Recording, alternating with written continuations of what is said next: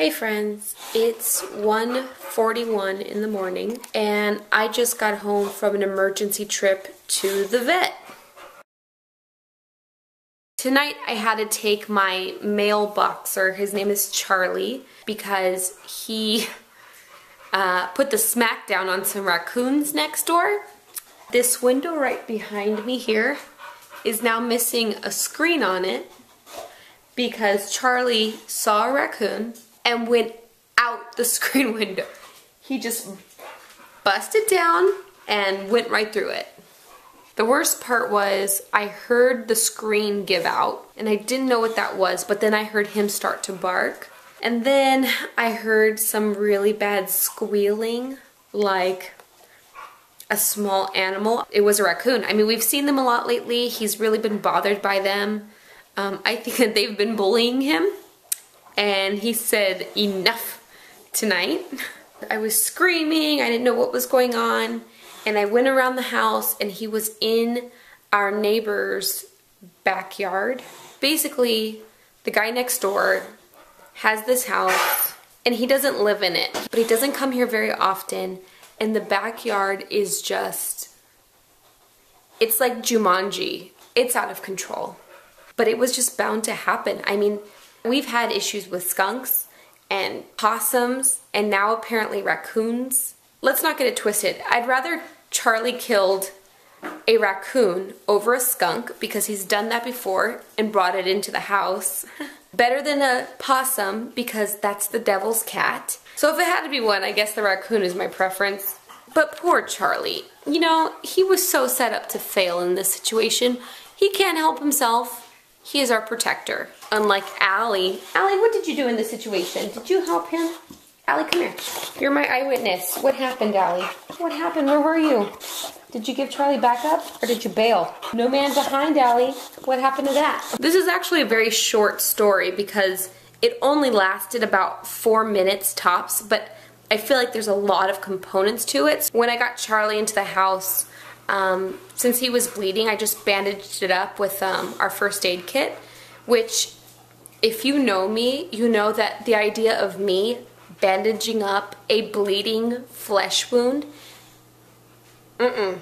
somehow, some way, I like pulled it out of me. I think it was like my dog mother instinct to protect my baby. Thankfully, our local vet is open 24 hours, so we were able to go kind of on an emergency basis. So right now, they're keeping him overnight. They're going to stitch him up because he needs a couple of stitches, and then I'll be picking him up in the morning. Anyway, cut to tomorrow's vlog in 3, 2, 1, go. And now it's the next day. Okay, so update on Charlie. I got the diagnosis here. Turns out he had some lacerations in his foreleg and some deep bite abrasions to his right eye and right thigh. Poor Chucky. For the next couple of days, Charlie has to be in a cone, which he hates. I took a picture of him while he was sitting in his little cage / studio apartment because it's not enclosed. And it is the most pitiful, sad look I've ever seen. You know, reflecting on this experience, I've learned a couple of things. I've learned that Charles is like a super dog. Who does that? Never did I ever think that my dog would go through a window, he's like Doggy Rambo, and show the raccoons next door what's up. I've also learned in times of stress, I'm a different person. I say that because ever since I was a little kid, I have this look on my face when things are going wrong. It's a look that says, aw snap, we're all gonna die. It kind of looks like this. My eyes just get super duper wide, I turn like pale white, and I freeze. But I don't know, maybe because it was too close to home, or you know, it was my dog and I love him so much, but I was like in action mode.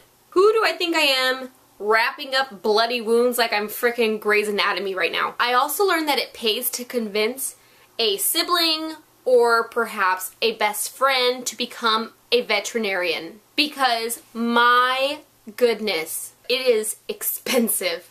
Very expensive. Charlie's still not feeling 100%, I can tell. He's kind of limpy, kind of mopey, doesn't want any treats, and that's when I know he's not feeling well. But I had a heart-to-heart with him today, and here's some of that footage.